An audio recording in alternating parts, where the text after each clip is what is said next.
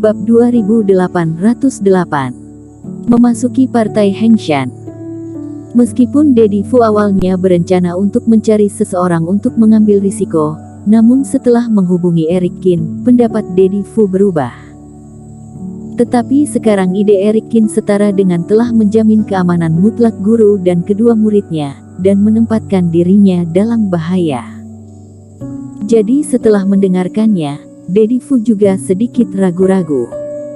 Senior telah melakukan pemurnian alat untukku, jadi aku harus mengambil risiko.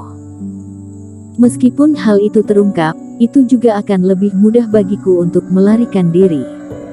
Eric Qin tersenyum.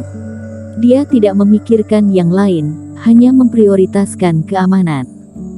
Terlebih lagi, jika rencananya berhasil, Daddy Fu akan dapat memurnikan alat selama 3 hari.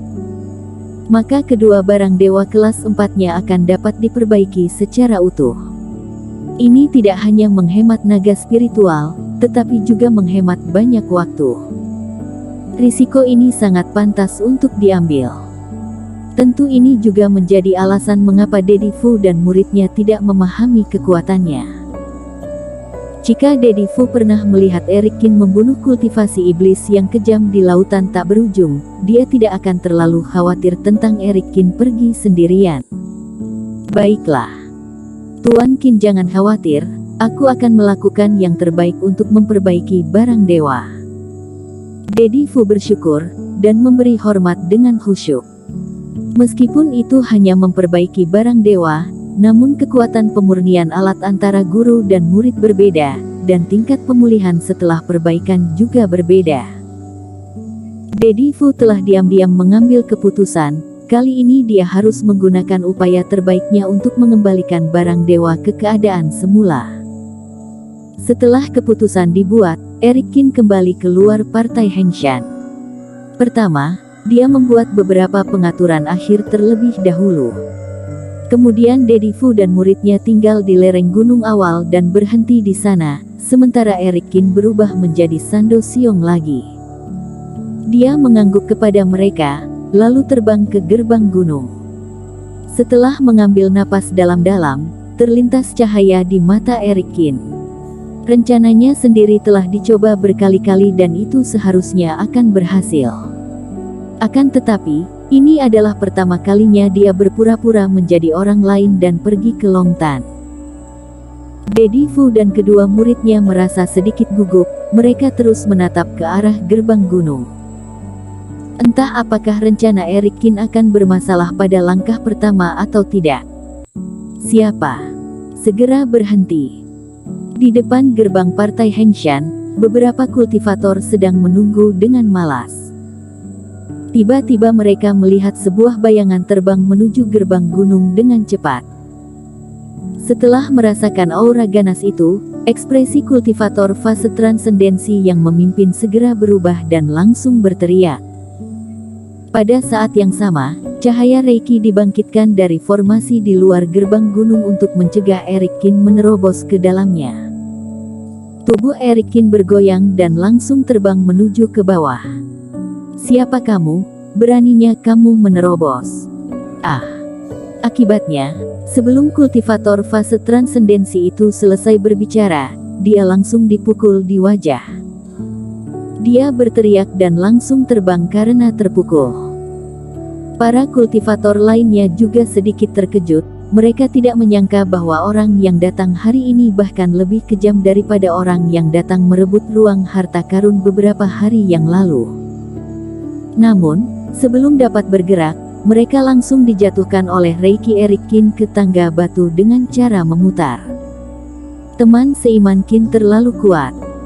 Di lereng gunung, Daddy Fu dan murid-murid sedang menyaksikan adegan ini. Mereka tercengang seolah-olah disambar petir. Meskipun Eric Qin telah menjelaskan rencananya, tetapi dia tidak mungkin menjelaskan setiap detailnya.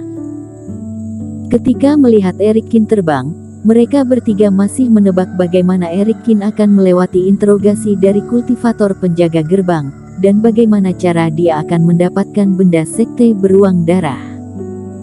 Namun akhirnya, benda itu tidak berguna. Eric Kin langsung memukul orang-orang dengan tamparan dan beberapa reikinya langsung menjatuhkan semua orang ini. Teman seiman melakukan hal yang benar, ini terlihat lebih seperti orang dari keluarga Xiong. Daddy Fu menarik napas dalam-dalam, dan setelah tenang, dia diam-diam mengaguminya. Meskipun dia tahu bahwa yang disamarkan adalah Sando Xiong dan harus berpura-pura sedikit sombong. Tetapi dia tidak memiliki kepercayaan diri untuk langsung bertindak seperti itu begitu dia maju. Beraninya kamu memberontak dan mempertanyakan namaku. Eric Kin telah sepenuhnya berubah menjadi wujud Sando Xiong saat ini. Wajahnya dingin, kepalanya sedikit terangkat, dan matanya menatap semua orang dengan tatapan jijik dan arogansi. Suruh ketua sekte kalian dan Huda Dai segera keluar menemuiku. Katakan pada mereka bahwa Tuan Muda Xiong ada di sini. Apakah kamu berani melawan keluarga Xiong, sekte beruang darah?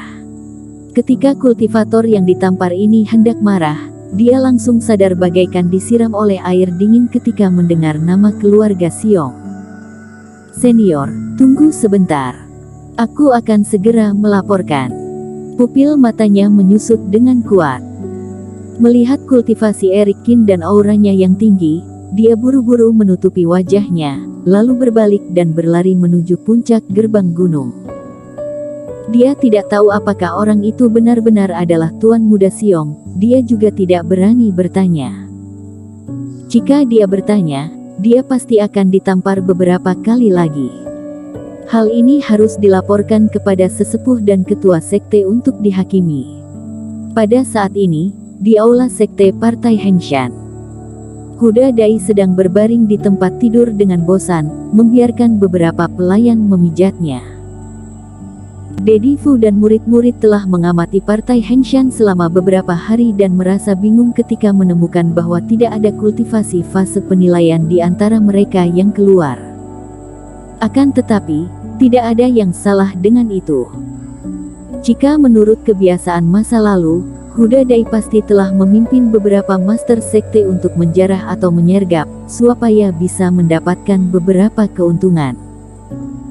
Akan tetapi baru beberapa hari yang lalu, sekte beruang darah mengirimkan transmisi suara karena galaksi wilayah rahasia akan segera dibuka. Semua sekte akan mengirimkan kultivator generasi muda mereka untuk merebut token galaksi dan sebagainya. Jadi mereka meminta sekte bawahan untuk tenang sedikit dan jangan ceroboh. Karena adanya perintah sekte beruang darah, dan ruang harta karun hampir dibobol beberapa hari yang lalu. Jadi, Huda Dai memutuskan untuk merombak sekte tersebut selama 3 bulan. Setelah galaksi wilayah rahasia dibuka dan para jenius itu menghilang, barulah dia akan keluar dan bergerak sendiri. Lagi pula, bagi seorang kultivator fase penilaian, 3 bulan sebenarnya tidak banyak. Huda Dai sangat jelas tentang kekuatannya sendiri. Jika dia benar-benar telah memprovokasi jenius sekte tertentu, mungkin bahkan semua anggota sekte telah mati, dia juga tidak akan bisa mengalahkan jenius yang kuat. Ketika Huda Dai sedang beristirahat, terdengar langkah kakinya yang tergesa-gesa. Sesepuh sekte membawa kultivator penjaga gerbang dan berjalan cepat ke aula. Sesepuh Wu, ada apa? Huda Dai berkata ringan. Balas ketua sekte, aku baru saja mendengar kultivator penjaga gerbang berkata bahwa ada seorang pemuda menyebut dirinya adalah Tuan Muda Xiong, datang ke sini dan meminta ketua sekte untuk pergi keluar dan bertemu dengannya. Tuan Muda Xiong. Jantung Huda Dai tergerak, dan tiba-tiba bangkit dari tempat tidur. Apakah dia ada mengatakan dirinya adalah putra keberapa? Tidak. Berarti dia adalah putra ketiga. Ekspresi Huda Dai berubah. Meskipun dia tidak tahu banyak tentang sekte beruang darah, namun dia juga tahu bahwa putra pertama memiliki basis kultivasi tertinggi di antara ketiga putra sekte beruang darah. Dia adalah salah satu dari 5 pangeran besar di Gunung Sihir. Putra kedua rendah hati, tenang, dan jarang muncul. Hanya putra ketiga, Sando Xiong, yang memiliki kepribadian arogan dan mendominasi, dan yang paling sulit untuk dihadapi. Dan karena putra kedua terlalu unggul, dia benci orang-orang memanggilnya putra ketiga. Namun, Partai Henshan mereka hanyalah sekte kecil di sisi selatan jalur pegunungan. Mengapa putra ketiga datang ke sini?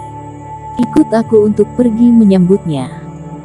Namun, tidak peduli apa yang ingin dilakukan olehnya, dia tetap harus melayaninya dengan serius.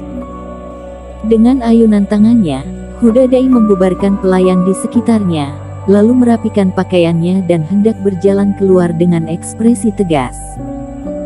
Namun tepat pada saat ini, terdengar langkah kaki di luar lagi. Tidak perlu, aku sudah di sini. Ketika suara itu terdengar, Hudadai segera berjalan keluar dengan cepat. Dia menemukan seorang pemuda tampan dengan jubah brokat mewah sedang berdiri di luar aula. Bersambung.